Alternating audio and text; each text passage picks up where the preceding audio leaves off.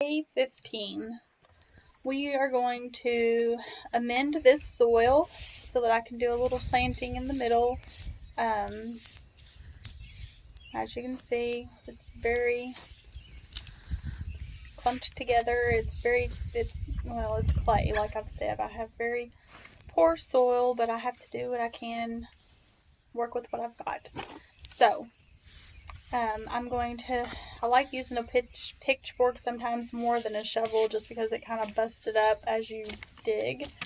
So I'm going to make a mound. The mound will also help for drainage with my flowers. Like I said, most annuals that you get at the nursery, they want to have well-draining soil.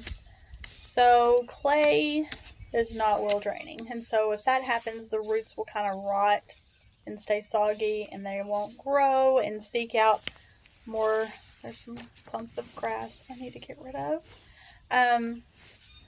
Seek out, they're going to grow and spread out if they're seeking more water and nutrients and all of that. So in the clay, they're just not going to do that as much. So I'm going to kind of dig this up a little bit, and then I'm going to add 2 bags of my potting soil. Here's the first bag. And the best way, in my opinion, is to just use your hands and kind of try to bust up the little balls and then mix it together. So we're just gonna bust up the clay and mix it in, and the more you mix, the more the clay gets spread out and the more the ground is actually amended and why we wouldn't just plant the flowers in this potting soil on top. I just think that this works better because the clay is just extra dirt that's mixed in with the potting soil, and it just gives it a better consistency. This potting soil isn't very good quality. Like if you have a bag of really good quality potting soil, then maybe you would just, I don't know, dump it on top and then plant your flowers in that. But I like doing it this way, kind of on a shoestring budget. Most of my plants have been given to me or dug up, and over the years I dig up my lilies and my monkey grass and I split them and spread them out. So I have not spent a big amount of money on my garden. That's why, if I had thousands of dollars, I could just, come in here and put down good soil, have a dump truck come in and bring good soil to put down, and then just buy every little thing that I want and plant it and be done. But like I said, that would cost thousands of dollars. And, it's kind of more rewarding knowing that I'm not spending a small fortune and I'm just kind of propagating my own plants along the way. And actually, I'm going to dig up my tulips this fall because they should have little extra bulbs that have grown onto the roots because they've been planted for several years. And then I will have, twice or 3 times as many tulips that I can spread out and make that area bigger. So it's just, there you go. There's my flowers all planted in the newly amended soil. They should do good and thrive. I'm kind of liking purple this year, but I'm going to try my best not to make this a theme. I want it to be just a mix like what we saw on our trip to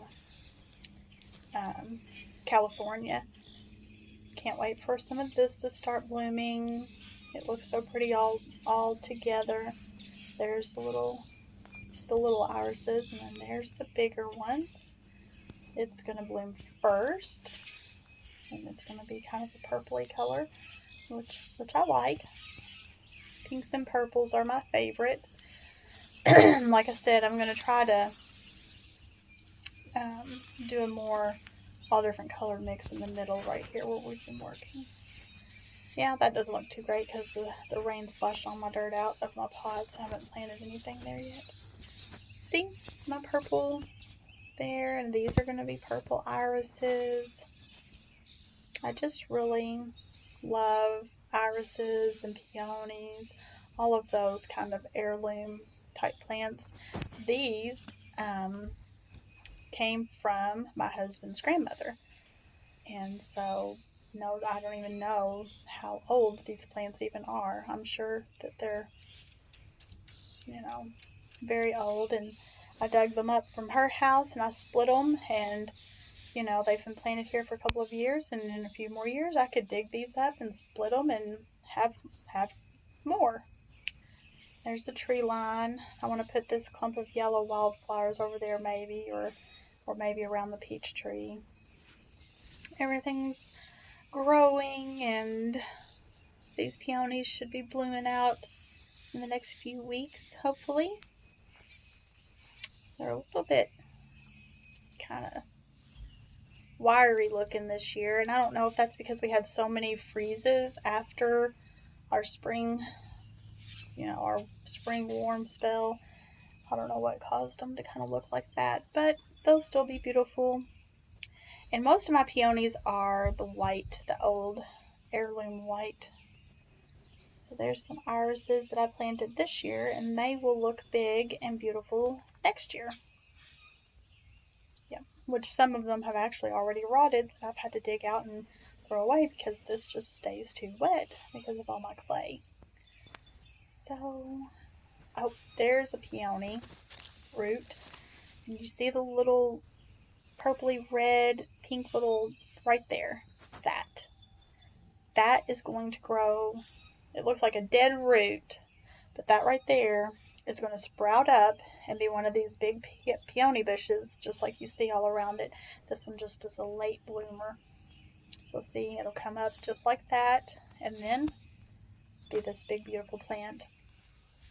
So it looks like a dead tree root before spring, and so whenever you plant them, that's what it looks like.